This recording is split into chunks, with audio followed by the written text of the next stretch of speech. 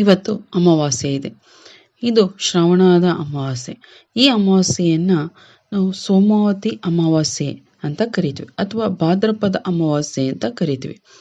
ಈ ಅಮಾವಾಸ್ಯೆಯಂದು ಕೆಲವೊಂದು ಕೆಲಸಗಳನ್ನ ಮಾಡಿಕೊಂಡ್ರೆ ನಮ್ಮ ದಾರಿದ್ರ್ಯ ಎಲ್ಲ ದೂರವಾಗುತ್ತೆ ಮತ್ತು ನಮ್ಮ ಕಷ್ಟಗಳಿಗೆ ಪರಿಹಾರ ಕೂಡ ಕಾಣಿಸುತ್ತೆ.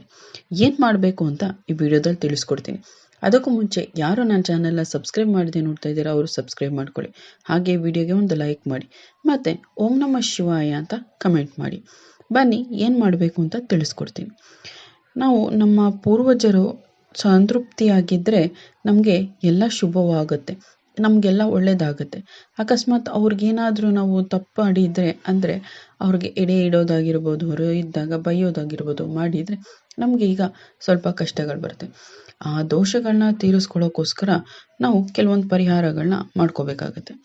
ಏನಪ್ಪ ಅದು ಅಂದರೆ, ಗ್ರಾಮ ದೇವಸ್ಥಾನಗಳಲ್ಲಿ ಗ್ರಾಮ ದೇವತೆಗಳ ದೇವಸ್ಥಾನಕ್ಕೆ ಹೋಗಿ ಅಲ್ಲಿ ಪೂಜೆ ಮಾಡಿಸ್ಕೊಂಡು ದೇವ್ರೆ ಏನೇ ತಪ್ಪಾಗಿರೋ ನೀನೇ ಕಾಪಾಡಬೇಕು ಅಂತ ಕೇಳ್ಕೊಂಡು ಬರಬೇಕು.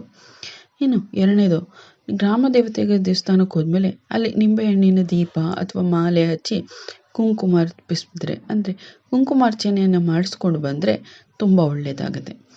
ಮತ್ತು ಈ ಗೂಳಿಗಳಿರ್ತವೆ ದೇವಸ್ಥಾನಗಳೇ, ಮಹದೇಶ್ವರ ದೇವಸ್ಥಾನ ಅಂತ ಕಡೆ ಗೂಳಿಗಳನ್ನ ಸಾಕಿರ್ತಾರೆ. ಅಂಥ ಕಡೆ ಹೋಗ್ಬಿಟ್ಟು ಆ ಗೂಳಿಗೆ ತಿನ್ನೋದಕ್ಕೆ ಏನಾದರೂ ಕೊಟ್ಟು ನಾವು ಏನಾದರೂ ಬೇಡ್ಕೊಂಡ್ರೆ ಅದು ಶಿವನಿಗೆ ತಲುಪಿಸುತ್ತೆ ಅಂತ ಹೇಳ್ತಾರೆ. ಆ ಇಷ್ಟಾರ್ಥಗಳು ನೆರವೇರುತ್ತೆ ಅಂತಲೂ ಕೂಡ ಹೇಳ್ತಾರೆ. ಇನ್ನು ಆ ಗೂಳಿಗೆ ಬೆಲ್ಲದ ತುಂಡು ಅಥವಾ ಬೆಲ್ಲದಿಂದ ತಯಾರಿಸಿದ ಏನಾದರೂ ಪದಾರ್ಥಗಳನ್ನ ಕೊಟ್ಟರೆ ನಮ್ಮ ಎಲ್ಲ ದೋಷಗಳು ಕೂಡ ನಿವಾರಣೆ ಆಗುತ್ತೆ ಅಂತ ಹೇಳ್ತಾರೆ. ಇನ್ನು ಶಿವನ ದೇವಸ್ಥಾನಕ್ಕೆ ಹೋಗಿ ಪ್ರದಕ್ಷಿಣೆ ಮಾಡ್ಕೊಂಡು ಬಂದರೆ ತುಂಬ ಒಳ್ಳೆಯದು. ಶಿವನಿಗೆ ಹಸುವಿನ ಹಾಲಿನಿಂದ ಅಭಿಷೇಕ ಮಾಡಿಸೋದು, ಹಸುವಿನ ಹಾಲು ಅಥವಾ ಮೊಸರಿಂದ ಅಭಿಷೇಕ ಮಾಡಿಸಿದ್ರೆ ದೀರ್ಘಕಾಲದ ಆರೋಗ್ಯ ಅಂದರೆ ಆರೋಗ್ಯ ಸಮಸ್ಯೆ ಇರೋರಿಗೆ ನಿವಾರಿಸುತ್ತೆ ಅಂತ ಹೇಳ್ತಾರೆ. ಇನ್ನು ಬಾಲಾಭಿಷೇಕ ಮಾಡಿಸಿದ್ರೆ ವೈದ್ಯೇಶ ಭವರೋಗ ಹರೇತೀಚೆ ಅಂತ ಪಠಿಸಿದ್ರೆ ತುಂಬ ಒಳ್ಳೆಯದು. ಏನೇ ಕರ್ಮಗಳಿದ್ರು ಏನೇ ದೋಷಗಳಿದ್ರು ನಿವಾರಣೆ ಮಾಡುತ್ತೆ. ಇನ್ನು ಹೆಣ್ಮಕ್ಳುಗಳು ದೇವಸ್ಥಾನಕ್ಕೆ ಹೋದಾಗ ಅಲ್ಲಿ ಅರಳಿ ಅಥವಾ ಅಶ್ವತ್ಥ ಮರ ಇರುತ್ತೆ, ಅದರ ಸುತ್ತಲೂ 108 ಪ್ರದಕ್ಷಿಣೆ ಮಾಡಿದ್ರೆ ಅವರ ಕುಟುಂಬದ ಸದಸ್ಯರೆಲ್ಲರಿಗೂ ಅಷ್ಟೈಶ್ವರ್ಯ ಕೂಡಿ ಬರುತ್ತೆ.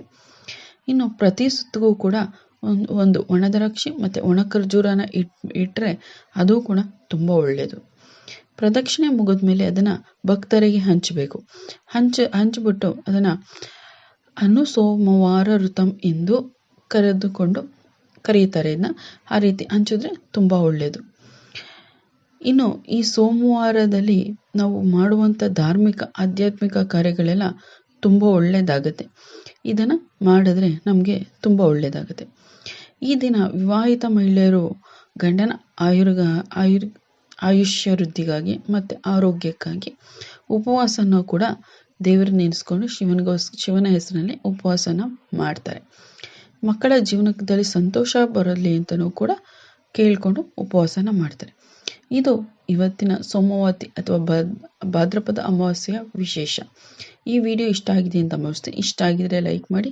ಹಾಗೆ ನನ್ನ ಚಾನಲ್ನ ಇನ್ನೂ ಯಾರು ಸಬ್ಸ್ಕ್ರೈಬ್ ಮಾಡಿಲ್ಲ ಅವರು ಸಬ್ಸ್ಕ್ರೈಬ್ ಮಾಡ್ಕೊಳ್ಳಿ. ಕೇಳಿದ್ದಕ್ಕಾಗಿ ಧನ್ಯವಾದಗಳು. ಮುಂದಿನ ವಿಡಿಯೋದಲ್ಲಿ ಸಿಗೋಣ.